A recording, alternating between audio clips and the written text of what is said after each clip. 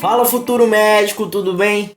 Galera, meu nome é Matheus e hoje a gente está aqui para iniciar a primeira aula do nosso curso de Percepção, Consciência e Emoção. Nessa aula, nós iremos estudar o sistema nervoso, tudo bem? Eu dividi a aula basicamente em duas partes. Na primeira, iremos estudar o que é, qual a unidade funcional e quais as principais funções do sistema nervoso. Na segunda parte, iremos ver como o sistema nervoso é dividido, além de comentar também sobre as subdivisões do sistema nervoso periférico, que é uma das funções do sistema nervoso. Então vou me ocultar aqui e vamos lá. O que é o sistema nervoso, galera? O sistema nervoso nada mais é do que um sistema, isto é, um conjunto de órgãos que é responsável pelo processamento e armazenamento de informações. É através dessa interpretação de informações que o sistema nervoso coordena as atividades fisiológicas do nosso corpo, coordena os movimentos e mantém o nosso equilíbrio, e coordena o nosso comportamento, nossas emoções e a nossa comunicação. Então a gente percebe que o sistema nervoso é extremamente importante para a realização de nossas atividades diárias e também para o nosso comportamento e a manutenção das nossas atividades fisiológicas, através da secreção de hormônios, da regulação do ciclo do sono, da preparação para situações de estresse e até do aumento ou da diminuição da frequência cardíaca, além de demais atividades, certo? Então, vamos lá. A unidade funcional desse sistema, galera, é o neurônio, aquela célula que todo mundo tem, mas muita gente aparenta não ter, não é mesmo? Mas vamos lá. Os neurônios nada mais são do que células que transmitem sinais elétricos, isto é, são células excitáveis. Eles são divididos anatomicamente em três porções principais: os dendritos, que são essas estruturas que se assemelham a galhos, o corpo celular, essa estrutura circular e mais central, e esse prolongamento circundado pela bainha de mielina que a gente denomina de axônio, certo? Bom, agora precisamos falar sobre aquilo que a literatura considera como as principais funções do sistema nervoso. De maneira geral, o sistema nervoso possui três funções principais.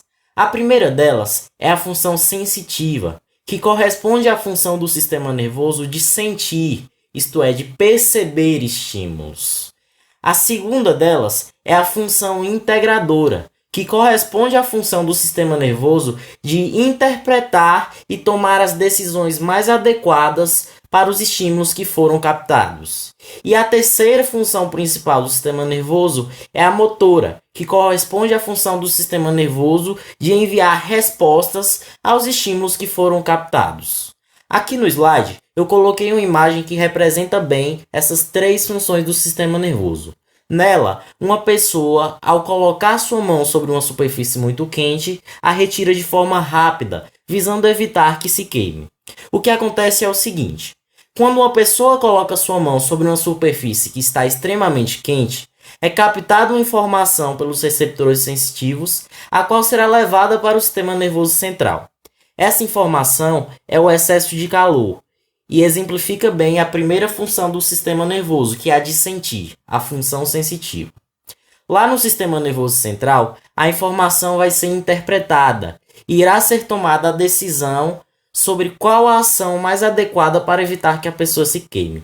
Esse processo de interpretação da informação que foi captada representa bem a segunda função do sistema nervoso, que é a integradora.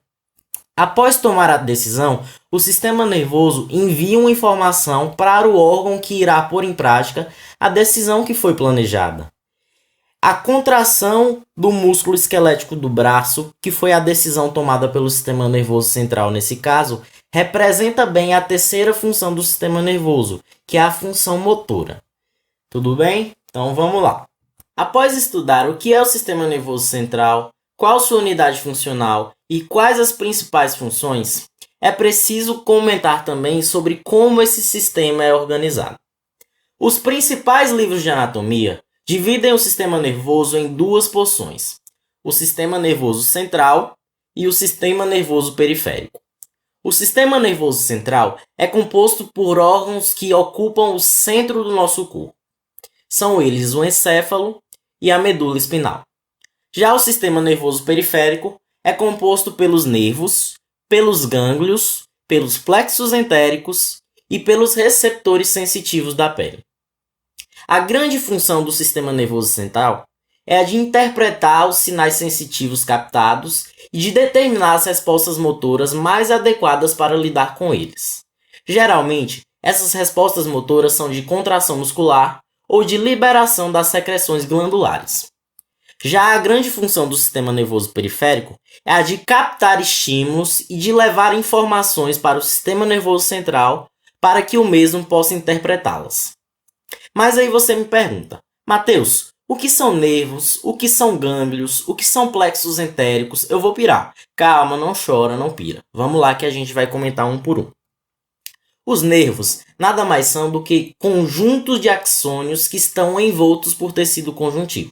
Então observe aqui na imagem, conjuntos de axônios envoltos por tecido conjuntivo, certo? No nosso corpo existem 12 pares de nervos que emergem do encéfalo, os famosos 12 pares de nervos cranianos. Além deles, existem 31 pares que emergem da medula espinal, certo? Os gânglios, por sua vez, são pequenas massas de tecido nervoso onde estão concentradas grande partes dos corpos celulares dos neurônios que se localizam fora do sistema nervoso central. Observe aqui na imagem um gânglio nervoso. Um plexo entérico é uma rede neural que está localizada na parede do tubo digestivo.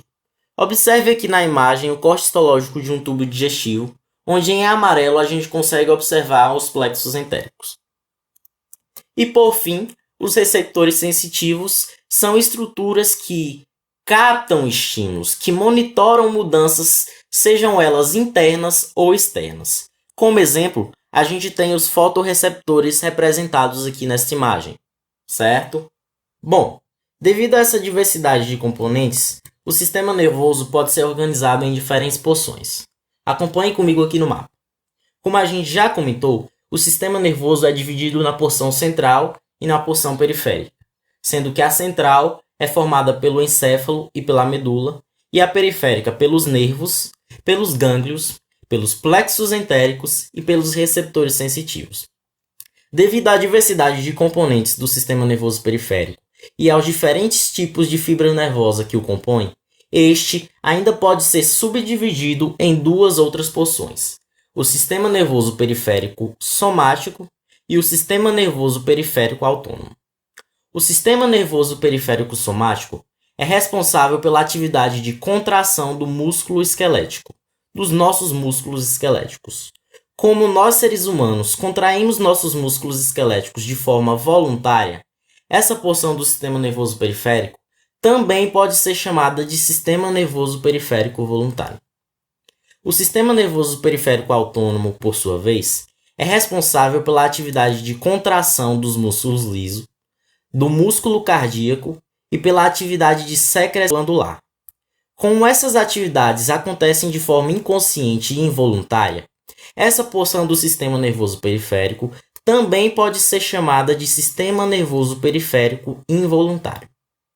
Vale ressaltar que o sistema nervoso periférico autônomo ainda pode ser subdividido nas porções simpática e parasimpática, sendo que a porção simpática é aquela que está mais ativa em situações de luta ou fuga, e a porção parasimpática aquela que está mais ativa em situações de repouso ou de aumento da atividade digestiva. Veja aqui na imagem.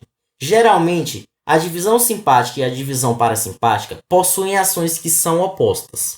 Veja, enquanto a divisão simpática é responsável por atividades como dilatação das pupilas, inibição da salivação e relaxamento dos brônquios, a divisão parasimpática realiza atividades opostas, como contração das pupilas, estímulo da salivação e contração desses brônquios.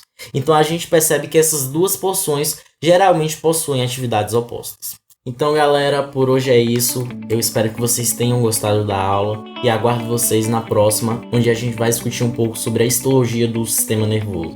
Sem nenhuma complicação, tudo muito simples. Valeu!